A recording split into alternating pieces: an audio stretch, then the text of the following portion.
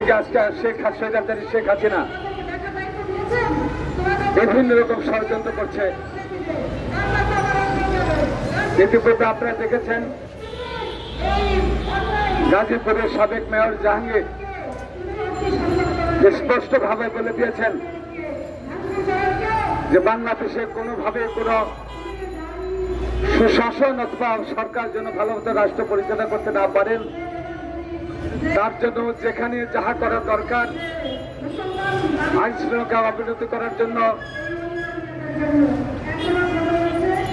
যাহা করা দরকার তারা সেভাবে পরিকল্পিতভাবে করবেন। যেটি করেছেন শেখ হাসিনার নেতৃত্বে অবৈধ প্রধানমন্ত্রী থাকা অবস্থায় গণতন্ত্রকে বিসর্জন দিয়ে একদলীয় শাসন ব্যবস্থা কায়েম করার জন্য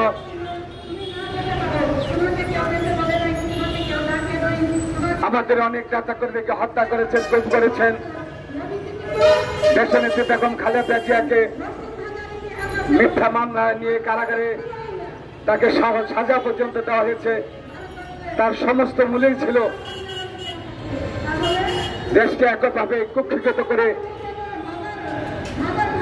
একক একটি স্বৈরাচারী সরকার প্রতিষ্ঠার মধ্য দিয়ে দেশ চালাবেন, যেখানে থাকবে না কোনো গণতন্ত্র, আইনের শাসন, থাকবে না কোনো কথা বলার অধিকার।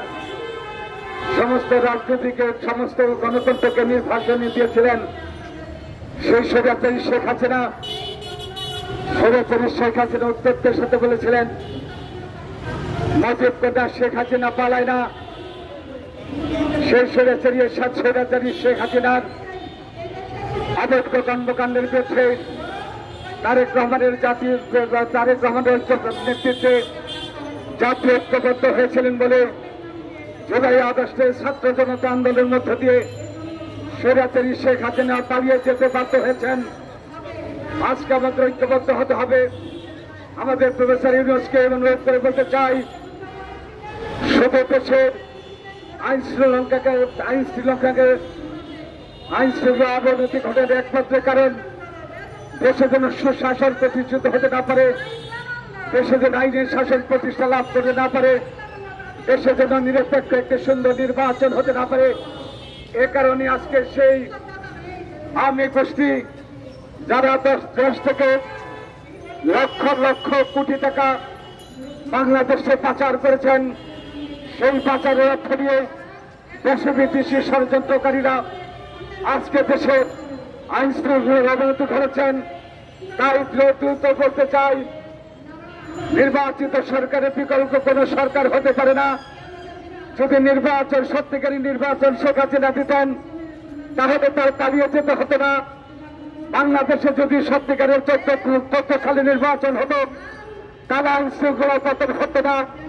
বাংলাদেশে যদি 18 সালে নির্বাচন নিরপেক্ষভাবে হতো তাহলে বাংলাদেশের আইন শৃঙ্খলা সে তৎকালীন শেখ হাসিনা অবৈধভাবে দেশ থেকে চালিয়েছিলেন বলে যত রকম হত্যাযজ্ঞ তার চালিয়ে যেতে হয়েছে তার বেঁচে থাকার জন্য। কিন্তু তারপরে শেখ হাসিনার দিকে থাকতে পারে নাই। তার একটি মাত্র কারণ, তিনি কোনো নিরপেক্ষ নির্বাচন দেন নাই, তিনি সরকার তিনি নির্বাচন দেন নাই, জনগণ তার শাসক নির্বাচিত করতে পারেনি বলে শেখ হাসিনা পালিয়ে যেতে বাধ্য হচ্ছে। তাই এখন বলতে চাই, দ্রুত নির্বাচনের মধ্য দিয়ে বাংলাদেশে গণতান্ত্রিক রাষ্ট্র ব্যবস্থা কায়েম হবে। তার নেতৃত্ব থেকে জনগণের সরকার ক্ষমতায় গিয়ে পার্লামেন্টে গিয়ে জনগণের কথা বলবে।